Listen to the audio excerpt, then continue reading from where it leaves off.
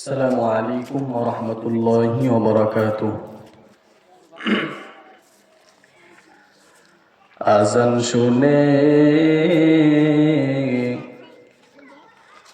আসো যারা বিছানায়,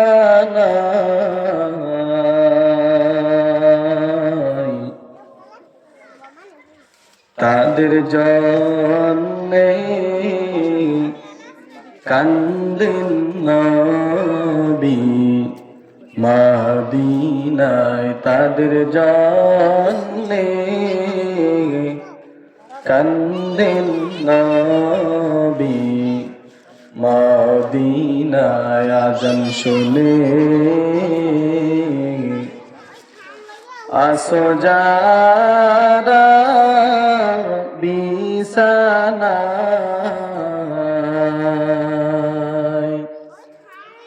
তাদের জন্যে কান্দেন নবী মদিনায়, তাদের জন্যে কান্দেন নবী মদিনায়। সেই নবীর জন্য কি মায়া লাগে না, হায়রে উম্মত মসজিদে কেন আসো না, হায়রে মানুষ নামাজ কেনে পড়ো না। আযান শুনে আসো যারা বিছানায়, তাদের জন্যে কান্দেন নবী মদিনায়, তাদের জন্যে কাঁদেন নবী মদিনায়। আলহামদুলিল্লাহিল্লাযী জাআলাশ শামসা ওয়াল কমারা বিহুসবান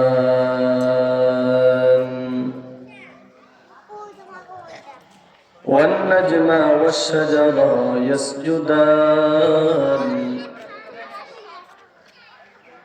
وفضل زمانا على زمان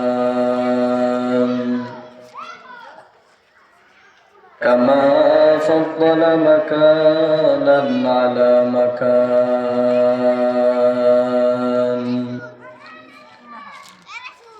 وإنسانا على إنسان.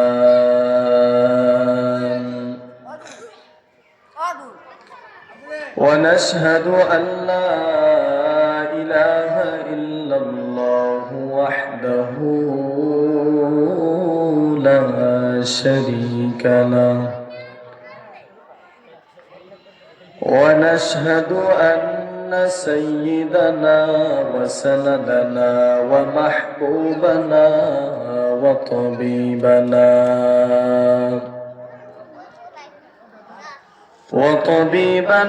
وطبيب قلوبنا ومولانا محمد صلى الله عليه وعلى آله وأصحابه وبارك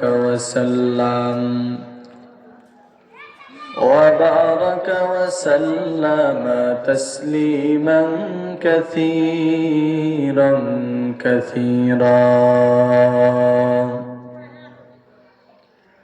الذي أرسله الله تعالى بالحق بشيرا ونذيرا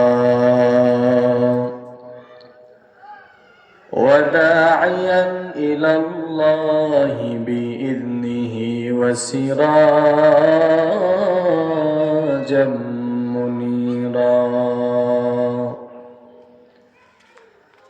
أما بعد فأعوذ بالله من الشيطان الرجيم بسم الله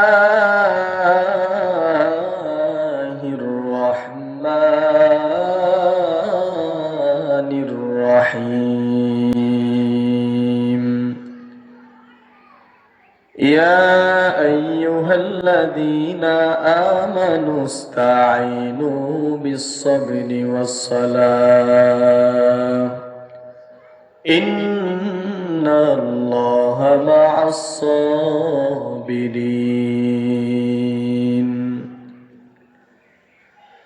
وقال رسول الله صلى الله عليه وسلم التائب من الذنب كمن لا ذنب له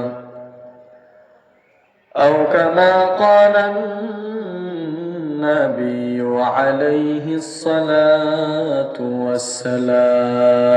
والسلام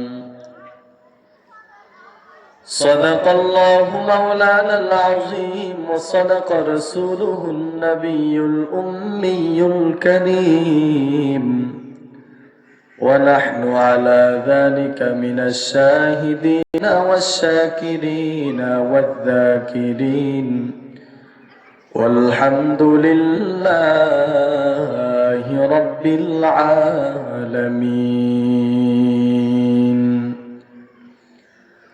الحمد لمن قدر خيرا وقبالا الحمد لمن قدر خيرا وقبالا والشكر لمن صور حسنا وجمالا والشكر لمن صور حسنا وجمالا فرد صمد عن صفة الخلق بريء فرد صمد عن صفة الخلق بريء رب أزلي خلق الخلق كمالا رب أزلي خلق الخلق كمالا لا ضد ولا ند ولا حد لمولاه لا ضد ولا ند ولا حد لمولاه الآن كما كان ولم يلق زوالا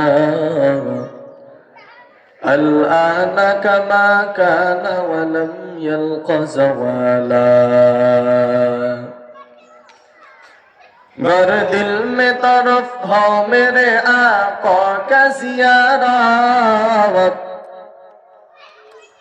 गर दिल में तरफ हो मेरे आका का ज़ियारत एक आन में आए नबी दिखला दे मदीना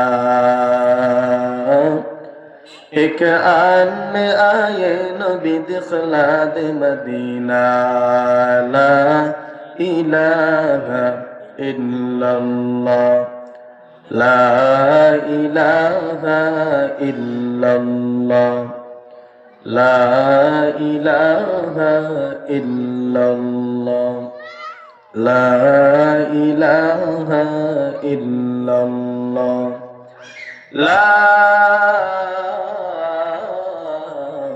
इलाहा इल्लल्लाह मुहम्मदुर रसूलुल्लाह सल्लल्लाहु अलैहि वसल्लम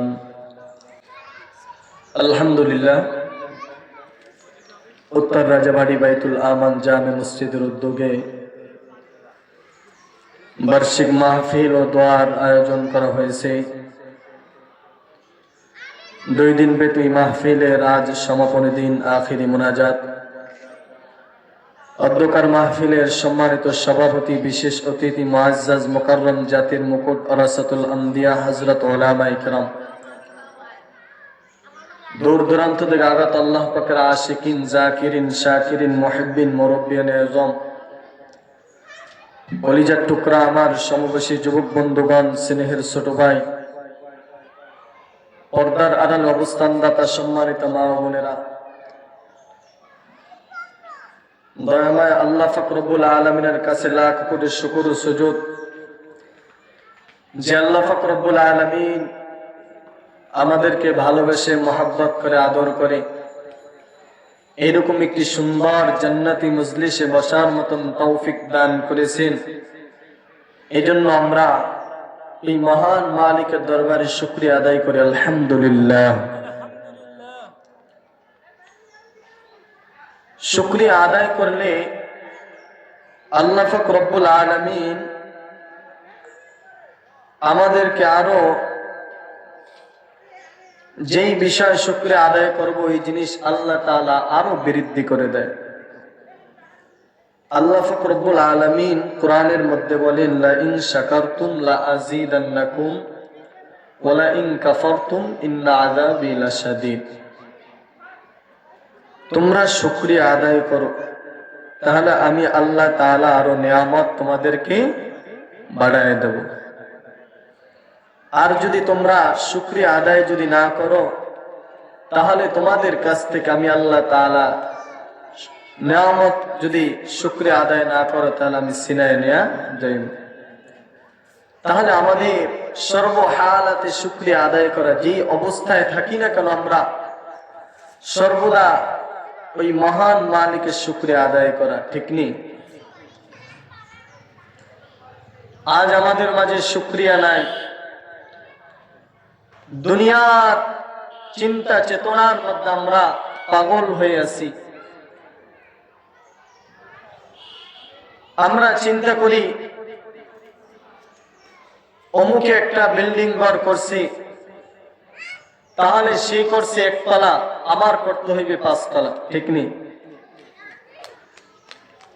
অমুকে একটা গাড়ি কিনছে, তাহলে আমার এর চেয়ে আরো বেশি দাম দিয়ে আমার একটা গাড়ি কিনতে হবে। ভাই, অমুকে একটা লঞ্চ কিনছে, আমার 2টা লঞ্চ কিনতে হবে। আল্লাহ তাআলার কাছে শুকরিয়া আদায় করো, যে অবস্থায় আল্লাহ তাআলা তোমাকে রেখেছেন। তুমি এইটা চিন্তা করো যে অমুকে একটা বিল্ডিং করে রইতেছে, আল্লাহ তাআলা আমাকে একটা কাঠের করে রেখেছে, এজন্য আমি শুকরিয়া আদায় করি। আমার থেকে তো আরো নিম্ন পর্যায়ের লোক আছে না নাই? আমাকে আল্লাহ তাআলা একটা কাঠের ঘরে বসবাস করার মতন শক্তি দিয়েছে, তৌফিক দিয়েছে। অনেকে তো এলির ঘরে থাকে, অনেকে ঘর বাড়ি নাই। তাদের দিকে যদি আমরা চিন্তা করি, তাহলে তো আমাদের এই দুনিয়ার আর কাজে, আমাদের এই দুনিয়ায় আর বাড়িঘর কোনো কিছুই আমাদের করতে মনে চায় না। কিন্তু আমাদের চিন্তা চেতনা বড় বড়, যে অমুকে এইটা করছে, অমুকে সেইটা করছে, তাহলে আমি করতে পারি না কেন? না না, দুনিয়ার লাইনে আপনার চিন্তা থাকতে হবে, সে এইটা করছে, তাহলে এর থেকে আমি নিচু পর্যায়ে থাকবো, কারণ আল্লাহ তাআলা আমাকে এই অবস্থায় রেখেছে, এজন্য আমি শুকরিয়া আদায় করলাম। আমার থেকে অনেক মানুষ খারাপ আছে। আখিরাতের লাইনে আপনার চিন্তা করতে হবে, বড় চিন্তা করতে হবে। অমুকে 5 ওয়াক্ত নামাজ আদায় করেছে, অমুকে 5 ওয়াক্ত নামাজ আদায় করার পর আরো 2 রাকাত তাহাজ্জুদ নামাজ পড়েছে, 2 রাকাত নফল নামাজ পড়েছে। কিন্তু আমাদের চিন্তা থাকতে হবে, 5 ওয়াক্ত নামাজ শুধু ক্ষান্ত নয়, অমুক বান্দায় আরো 2 রাকাত নামাজ বেশি করেছে, আমি তার থেকে আরো বেশি নামাজ পড়ব। দুনিয়ার চিন্তা সব দুনিয়ার মধ্যে রেখে দাও, আখিরাতের চিন্তা অন্তরের মধ্যে ঢুকাও। তুমি চিন্তা করছো দুনিয়ার মধ্যে অমুকে একটা বাড়ি করেছে, অমুকের একটা গাড়ি আছে, কিন্তু আমার নাই কেন? না না, এই জন্য কোনো আফসোস করা যাইবে না, শুকরিয়া আদায় করতে হবে। আল্লাহ তাআলা আমাকে এই অবস্থায় রেখেছেন, এই জন্য আমি আল্লাহ তাআলার কাছে শুকরিয়া আদায় করি। ও মুসলমান, এইটা চিন্তা করো, ওই ব্যক্তি দুনিয়ার সব কিছু করেছেন, কিন্তু আখিরাতের জন্য কি করেছেন তোমার চিন্তা থাকতে হবে। অমুক ব্যক্তি 5 ওয়াক্ত নামাজ, আল্লাহ তাআলার হুকুম, 5 ওয়াক্ত নামাজ আদায় করেছে, আমিও 5 ওয়াক্ত নামাজ আদায় করি, কিন্তু চিন্তা থাকতে হবে অমুকে 5 ওয়াক্ত করছে, কিন্তু 5 ওয়াক্ত এখান তো নয়, আমার 5 ওয়াক্তর সাথে সাথে তাহাজ্জুদ নামাজ, ইশরাকের নামাজ, আওয়াবিন নামাজ, নফল নামাজ আমার আদায় করতে হবে। ঠিক নেই ভাইরা আমার? আজ আমরা দুনিয়ার চিন্তার মধ্যে বিভোর, আখিরাতের চিন্তা নাই। দুনিয়ার রং তামাশা আমাদের জীবনটা শেষ করে দিলাম, আখিরাতের চিন্তা নাই আমাদের অন্তরের মধ্যে। ও ভাই, ও পর্দানিশীন আম্মা জান, চিন্তা করেছেন আপনার বাবা ছিলেন, আপনার মাও ছিলেন, আপনার দাদা ছিলেন, অনেক লোক ছিলেন, কিন্তু আজ তারা জমিনের মধ্যে নাই। আপনিও চিন্তা করেছেন আপনিও কি জমিনের মধ্যে থাকবেন? না না, আর 100 বছর পর, আজকে আপনার বয়স মাত্র 10 বছর, 20 বছর, 30 বছর হোক না কেন, 1 বছর পর আপনার নাম আর জমিনে কেউ রাখবে না, আপনার কথা কেউ চিন্তা করবে না, আপনিও থাকতে পারবেন না। আপনি আজকে বাড়ি করেন 5 তলার বাড়ি, আপনি 10 তলার বাড়ির মালিক, কিন্তু চিন্তা করেন যেদিন আপনার সাথে মালাকুল মউতের সাথে সাক্ষাৎ হয়ে যাবে, সেদিন আপনি বাড়িঘর টাকা পয়সা কিছুই নিতে পারবেন না। সেদিন আপনার কবরের মধ্যে, কবর পর্যন্ত 3টা জিনিস যাইবে। 1 নাম্বার, আপনার যত আত্মীয় স্বজন সবাই আপনার কবর পর্যন্ত যাইবে, সবাই আপনার কবর, সবাই আপনার কবর পর্যন্ত যাইবে। আপনার ভাই বলেন, আপনার বন্ধু বলেন, আপনার দোস্ত বলেন, আপনার আত্মীয় স্বজন যাহা কিছুই বলেন না কেন, সবাই আপনার কবর পর্যন্ত যাইবে। এই একটা জিনিস। 2 নাম্বার, আপনার যত টাকা পয়সা, আপনি লক্ষ লক্ষ কোটি কোটি টাকার পয়সার মালিক, আপনার টাকা পয়সাও যাইবে। যেদিন আপনাকে অন্ধকার কবরে রাখবে, আপনার ছেলে সন্তান বাসার মধ্যে আইসা ওই টাকা পয়সা সব কিছু ভাগ করে নিয়ে যাইবে, আপনার কবরের মধ্যে দিবে না। এই 2টা জিনিস ফিরে আসবে, আপনার আত্মীয় স্বজন, আপনার টাকা পয়সা সব বাড়ির মধ্যে ফিরে আসবে। আর যেই 3টা জিনিস, আর একটা জিনিস আপনার কবরের মধ্যে যাইবে, সেই জিনিসটা আপনি দুনিয়ার মধ্যে যে নেক আমল করেছেন, দুনিয়ার মধ্যে যে নামাজ, রোজা, হজ, যাকাত, সদকা আদায় করেছেন, এগুলো সব কবরের মধ্যে যাইবে। যাইবে কি যাইবে না ভাইরা আমার? এগুলো সব কবরের মধ্যে যাইবে। আজ আপনি বাড়ির পাগল, গাড়ির পাগল, নারীর পাগল, আপনি চিন্তা করেছেন আপনার মা আপনার আসল, আপনার বাবা আপনার আসল, আপনার সন্তান আপনাকে মহব্বত করে ভালোবাসে, কিন্তু একটা বড় চিন্তা করেছেন এই দুনিয়ায় আপনার কেউ আপন না, এই দুনিয়া আপনার কেউ আসল না। মাত্র 2 জন হইল আপনার আসল এবং আপন। 1 নাম্বার হইল আমার আল্লাহ, 2 নাম্বার হইল আমার রাসূল। এই 2 জন ছাড়া আমার কেউ আপন নয়, এই 2 জন ছাড়া আমার কেউ আসল নাই, এই 2 জন হলো আমার আসল, এই 2 জন হলো আমার আপন।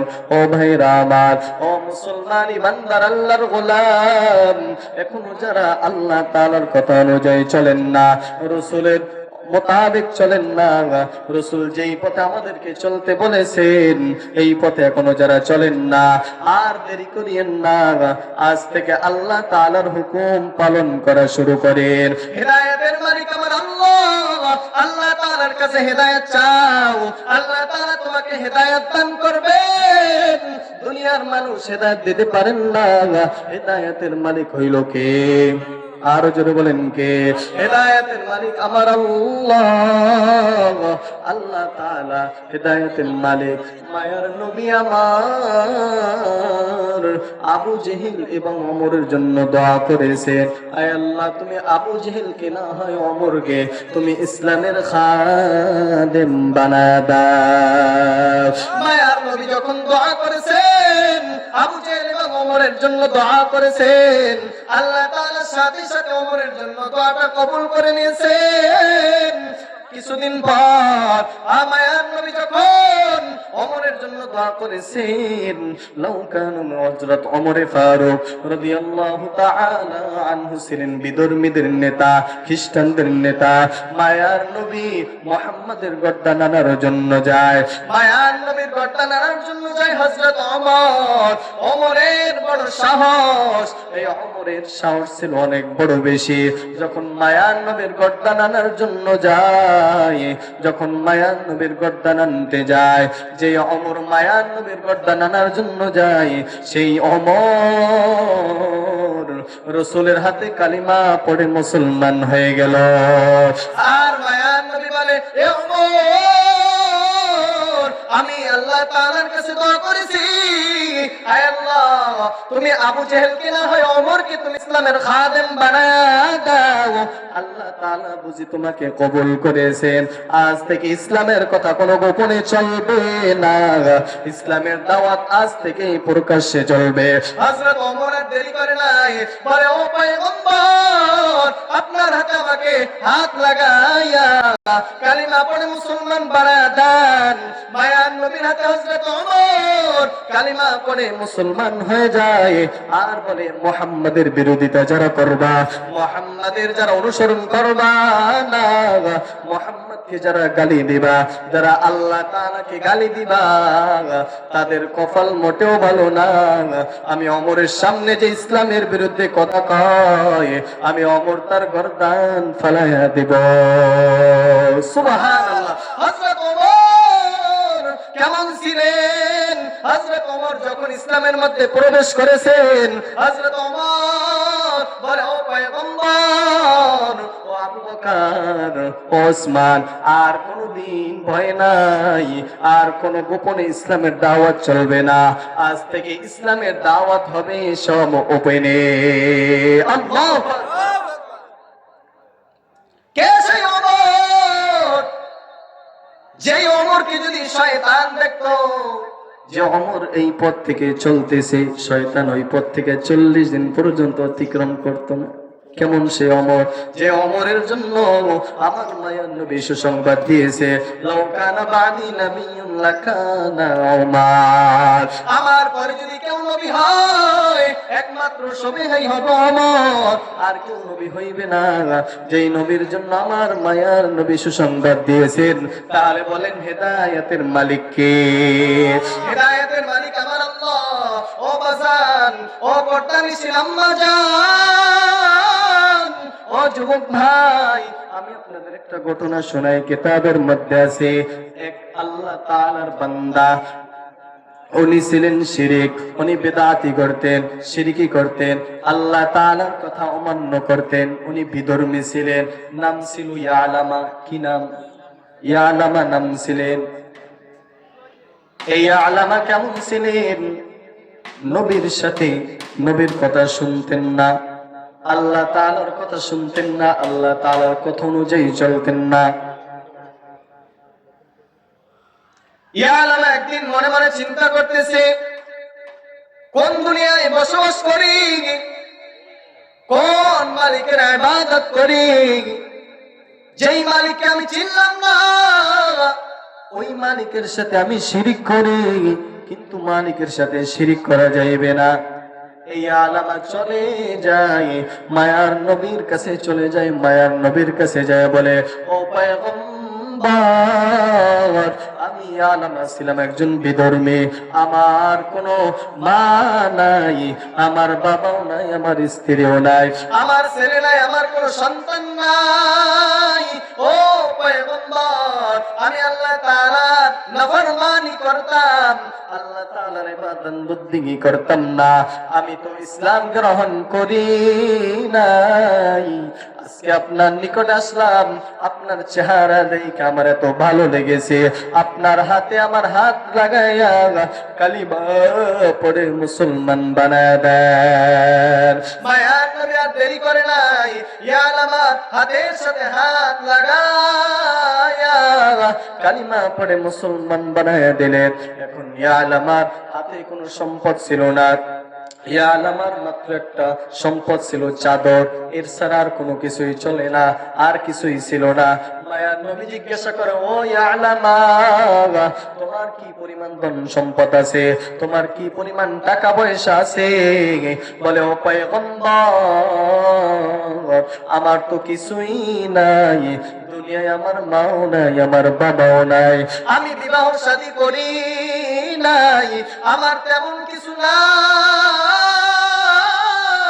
কেবল আমাকে আল্লাহ তাআলা হিদায়াত দিয়েছেন, আমি আপনার হাতে কালিমা পড়ে মুসলমান হয়েছি, আমার হাতে কোনো সম্পদ নাই, আমার মাত্র একটা চাদর আছে, এই চাদর ছাড়া আর আমার দুনিয়ায় তেমন কোনো কিছু নাই। আল্লাহ তাআলা পয়গম্বরের হাতে যখন ইয়া আলামা কালিমা পড়ে মুসলমান হয়ে যায়, ওই পয়গম্বরের দরবারে থাকেন, মায়ার নবীর খেদমত কইরা দেন, আর ওইখানে বইসা 4টা সূরা মুখস্থ করেছে। কয়টা? 4টা সূরা মুখস্থ করেছে।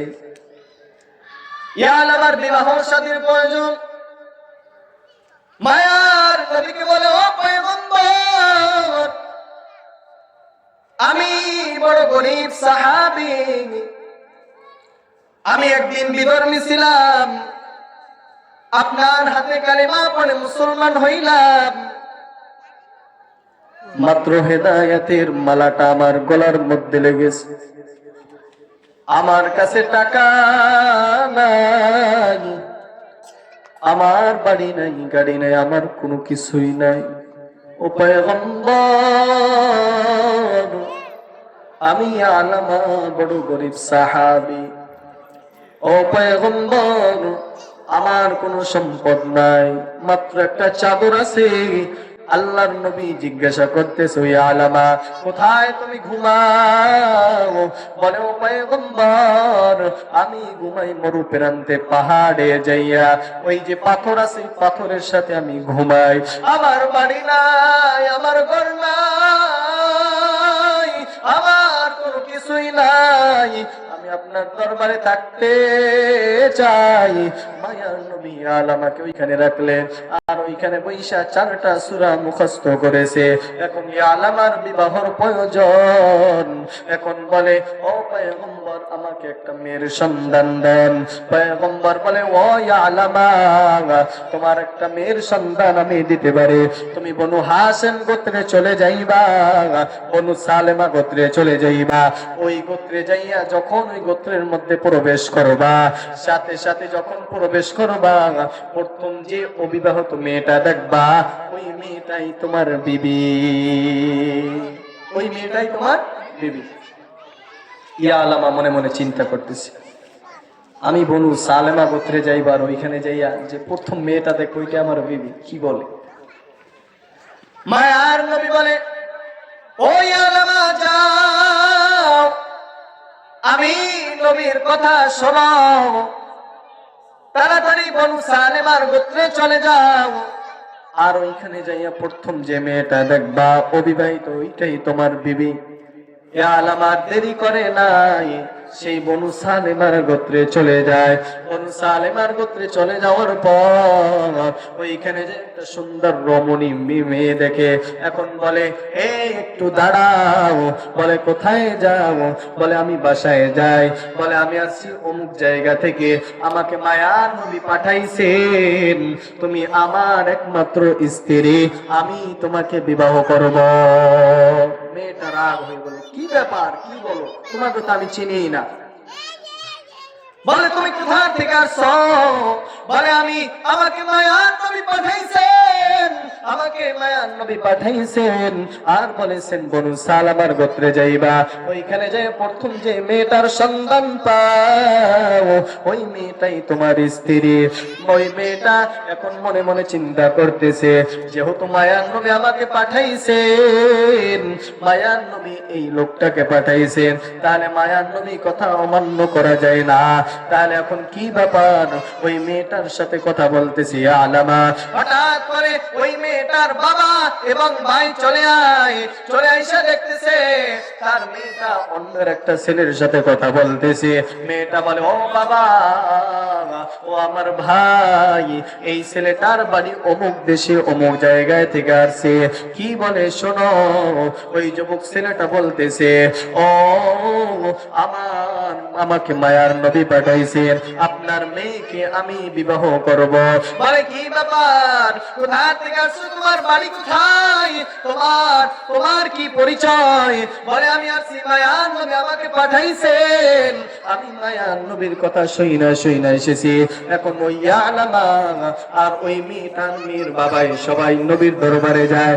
নবীর দরবারে যাওয়ার পর মায়ার নবীকে বলতেছে, ও পয়গম্বর, আপনি কি আলামাকে পাঠাইছেন? ওই পয়গম্বর বলে, আমি আলামাকে পাঠাইছি আর আপনার মেয়ের সাথে আলামার বিবাহ হবে। বলে কি ব্যাপার? বলে আমি নবী যেটাই ভালো সিদ্ধান্ত মনে চেয়েছি, আমি যেটাই ভালো মনে করেছি এইটার উপরেই সিদ্ধান্ত থাকবে। তারা বলে, ও পয়গম্বর, আলামার সাথে আমার মেয়ের বিবাহ শাদী করিয়া দাও। এখন দুইজনে বিবাহ শাদী হয়েছে, যখন কুটুম ঘরে বাসর রাত্রে যাইবে, আলামা দেখতেছি এত সুন্দর একটা ঘর, এত সুন্দর বাড়ি, এত সুন্দর গাড়ি, এত সুন্দর ফল পাকড়া, এত সুন্দর খানা পিনা। এখন চিন্তা করতেছে যে আল্লাহ তাআলা আমাকে হেদায়েত দান করেছেন। আমি একদিন ছিলাম ইসলামের বিপক্ষে, আমি তো ইসলাম চিনতাম না, আমি নবী চিনতাম না, আমি আল্লাহ চিনতাম না, যে আল্লাহ তাআলা আমাকে হেদায়েত দিয়েছেন। না জানি ওই আল্লাহ তাআলা কত সুন্দর। ইয়া আলামা যখন বাসর ঘরে যায় বলে, ও বিবি আমার, আমাকে একটা জায়নামাজ দাও। বিবি জায়নামাজ দিলেন। বলে, ও স্বামী আমার, তুমি জায়নামাজ দ্বারা কি করবা? বলে, আমি 2 রাকাত নামাজ পড়ব আর আল্লাহ তাআলার কাছে দোয়া করব, রে আল্লাহ, আমি একদিন ছিলাম জালেম, আমাকে মানুষ চিনত না, কিন্তু আল্লাহ তাআলা আমাকে ক্ষমা করেছেন। মায়ার নবীর হাতে কালেমা পড়ে মুসলমান হইলাম। আমি একদিন বিধর্মী ছিলাম, এখন আমি আল্লাহ তাআলার কাছে শুকরিয়া আদায় করব। আমি 2 রাকাত নামাজ পড়া আল্লাহ তাআলার কাছে কান্নাকাটি করব। বিবি একটা জায়নামাজ দিলেন। ইয়া আলামা ওই বাসর ঘরে ওইখানে বইসা নামাজ আদায় করেন। সারা রাত নামাজে কাটায় দেয়। প্রথম দিন বিবির ঘরে যায় নাই, দ্বিতীয় দিন আবার বলে, ও বিবি আমার, একটা জায়নামাজ দাও। বলে, কি করবা? বলে, আল্লাহ তাআলার ইবাদত করব। যখন বিবি ওই স্বামীকে জায়নামাজ দিলেন, স্বামী জায়নামাজ বিছায়া আল্লাহ তাআলার সাথে কথা বলতেছে। এমন এক পর্যায়ে চলে গেল, মসজিদের মধ্যে যায় নামাজ আদায় করতেছে। মসজিদে যায় আল্লাহ তাআলার কাছে কান্নাকাটি করতেছে আর বলতেছে, হে মালিক, আমি একদিন ছিলাম বিধর্মী, আয় আল্লাহ তুমি আমাকে হেদায়েত দিয়েছো, আজ আমার সুন্দর গলার মধ্যে কালেমা পড়াইছি, আমি মায়ার নবীর হাতে হাত লাগায়া কালিমা পড়ে মুসলমান হয়ে গেলাম। আয় আল্লাহ, আমি জীবনে যত গুনাহ করেছি দয়া করে তুমি আমাকে মাফ করে দাও। আয় আল্লাহ, দুনিয়ার কেউ জানে না, আয় আল্লাহ তুমি ছাড়া আর কেউ জানে না, দয়া করে মাফ করে দাও। এইরকম 2 দিন চলে গেল, 3 দিন চলে গেল, এখন পর্যন্ত পর্যন্ত বাসর ঘরে যায় না, এখন পর্যন্ত স্ত্রীর সাথে কোনো আবদ্ধ হয় না, স্ত্রীর সাথে কোনো কথাবার্তা নাই, আল্লাহ তাআলার সিজদারত অবস্থায় কান্নাকারি করতেছে আর মালিককে এরকম করে ডাকতেছে। হঠাৎ করে আওয়াজ আসে, ওই আলামা নবীর প্রিয় সাহাবী জমিনের মধ্যে আর নাই, আল্লাহ তাআলার ডাকে সাড়া দিয়ে চলে গেছে। যখন মায়ার নবী খবর পায় ইয়া আলামা জমিনের মধ্যে নাই, আল্লাহ তাআলা জিবরাইলকে পাঠায়া দেয়, ও জিবরাইল যাও, জলদি করিয়া চলে যাও, তাড়াতাড়ি যাও, আমার এক বান্দা নাফরমানি করতো আমার সাথে শিরকি করতো, কিন্তু আমি আল্লাহ তাআলা তাকে হেদায়েত দান করলাম, রাসূলের হাতে কালেমা পড়ে মুসলমান হয়ে গেল। ও বিবাহ শাদী করেছে কিন্তু এখন পর্যন্ত বাসর ঘর হয় না, ও আমি আল্লাহ তাআলার সাথে কথা বলছে আর আমি আল্লাহ তাআলার কাছে তওবা করেছি, আমি ওর জানটা কবজ করে নিলাম। ও জিবরাইল যাও, তাড়াতাড়ি পয়গম্বরকে জানায় দাও, ওই আলামাকে আমি জান্নাতের মালিক বানায় দিলাম। সুবহানাল্লাহ, একটু জোরে বলেন আল্লাহ আল্লাহ। ক্যা মুবারক নাম হ্যায় আল্লাহ আল্লাহ, আশিকু কা কাম হ্যায় আল্লাহ আল্লাহ, ইচে শিরি নিস্তনাম, শিরে শাকার বিকুলতে জানম তামাম। ও যুবক ভাই, ও পটনিসি আম্মা জান, ও বৃদ্ধ বাবাজিরা, হেদায়েতের মালিক আমার আল্লাহ, সারা জীবনটা গুনার মধ্যে কাটাই দিয়েছো, নেক আমল করতে পারো না, এখন আমার আল্লাহ তাআলার কাছে মাপ চাও আর বলো, আয় আল্লাহ গুনাহ করেছি। অতিও গভীর হয় রজনী যখন, নীরবে প্রভুর নাম জপিও তখন, প্রভুর করুণা যদি পাইবারে চাও, প্রভুর করুণা যদি পাইবারে চাও, গভীর রাতে উঠে প্রভুর গুণগান গাও, গভীর রাতে উঠে প্রভুর গুণগান গাও। গুণগান গাইতে হবে কার? আরো জোরে বলেন কার? আল্লাহ তাআলার গুণগান গাইতে হবে। ও বান্দা, গুনাহ করেছো, এখন পর্যন্ত দরজা বন্ধ হয় না, দুনিয়ার সব দরজা বন্ধ হইলে কিন্তু একটা দরজা খোলা আছে, সেইটা হলো আমার আল্লাহ। ওই আল্লাহ তাআলার দরজা খোলা, আল্লাহ তাআলার কাছে তওবা করো। বনি ইসরাইলের একটা যুবক জীবনে এমন কোন গুনাহ নাই করে নাই, সব গুনাহ কইরা জীবনটা শেষ করে দিয়েছে। আমি আমার আলোচনা এখনই শেষ করে দেব, খেয়াল করে শুনবেন। এই বনি ইসরাইলের যুবক একদিন ঈশার নামাজ পড়ে এখন চিন্তা করতেছে, ঈশার পরে বিছানায় যায়, আমার জীবনটা আমি কোন কাজে ব্যয় করেছি, আমি তো জীবনে কোনো নেক আমল করতে পারি নাই, জীবনে তো সব গুনাহ কাজ করেছি, আমি যখন কবরে যাইব আমাকে আল্লাহ তাআলা যখন জিজ্ঞাসা করবে তখন কি জবাব দেব?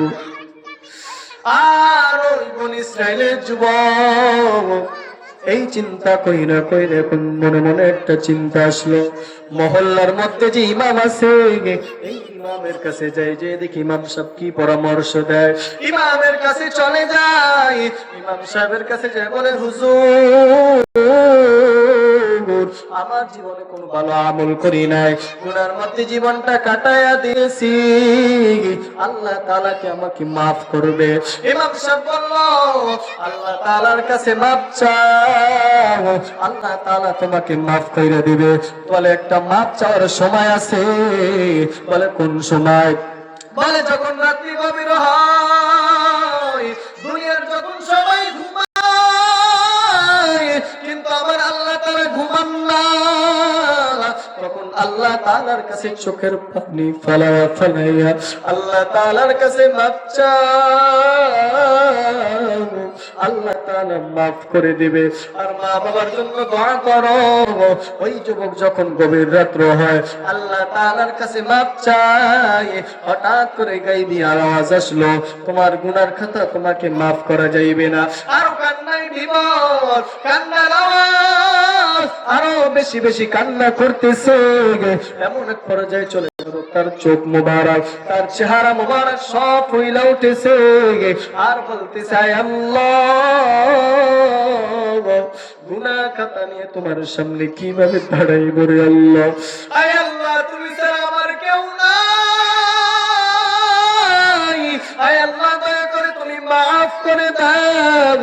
এইরকম কান্না করতে করতে করতে করতে করতে হঠাৎ করে আবার একদিন আওয়াজ, তোমাকে আল্লাহ তাআলা সব গুনাহ গুলো মাফ করে দিয়েছে।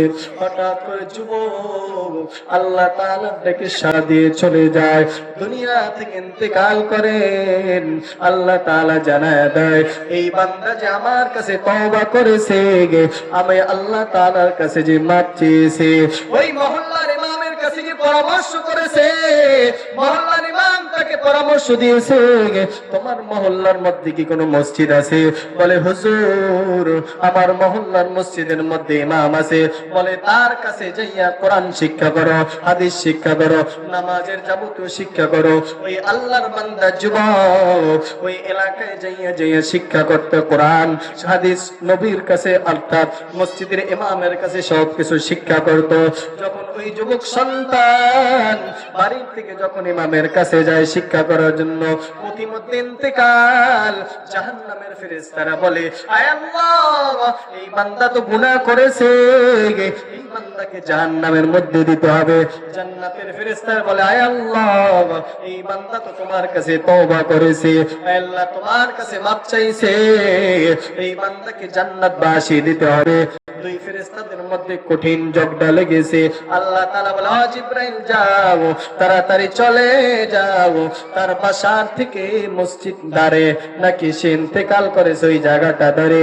আল্লাহ তাআলা দেখে তার বাসার থেকে যে যেখানে ইন্তেকাল করেছে ওই জায়গাটা ধরে। আল্লাহ তাআলা বলে, ও জিবরাইল, আমার বান্দাকে আমি জাহান্নামে দিতে চাই না, আমার বান্দা আমি আল্লাহ তাআলার কাছে তওবা করেছে, ওই বান্দা যেই জায়গায় ইন্তেকাল করেছে ওই জায়গা থেকে তার মসজিদটা দাঁড়ে বাড়াবা। জিবরাইল ওই জায়গা থেকে তার মসজিদটা দাঁড়ে কইরা দিল। আর যখন ওই ফেরেশতা এসে মাপ দেয়, দেখে তার ওই স্থান থেকে মসজিদ ঘর দাঁড়ে। আল্লাহ তাআলা বলে, ও জিবরাইল, আমার এই বান্দাকে জান্নাত জাহান্নামে দিবা না, আমার এই বান্দাকে জান্নাতের মধ্যে পাঠায় দাও। আল্লাহু আকবার। আর জোরে বলেন আল্লাহু আকবার। তাহলে তওবা করো, ও বান্দা, গুনাহ করেছো, ওই মা বাবার জন্য দোয়া করো, তোমার নিজের জন্য দোয়া করো। আর মালিকের কাছে বলো, হে মালিক,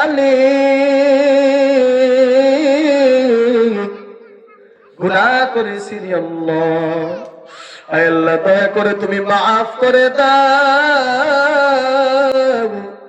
এইরকম তওবা কইরা কইরা যদি আল্লাহ তাআলার কাছে মাপ চাও, চোখের পানি ফালায়া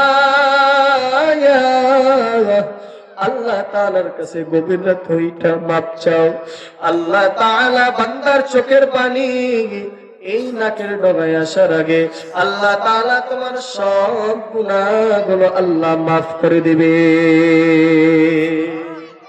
ভাইরা আমার, সময় একদম শেষ। যাই হোক, আলোচনা আরো আছে, কি আছে না নাই? আরো আছে, কিন্তু সময় শেষ। দোয়া করবেন সবাই আমার জন্য, আপনাদের জন্য আমরা দোয়া করি। আজকে এখানে দ্বিতীয় দিন মাহফিল, আপনাদের সকলের জন্য দোয়া করি। আল্লাহ পাক রব্বুল আলামিন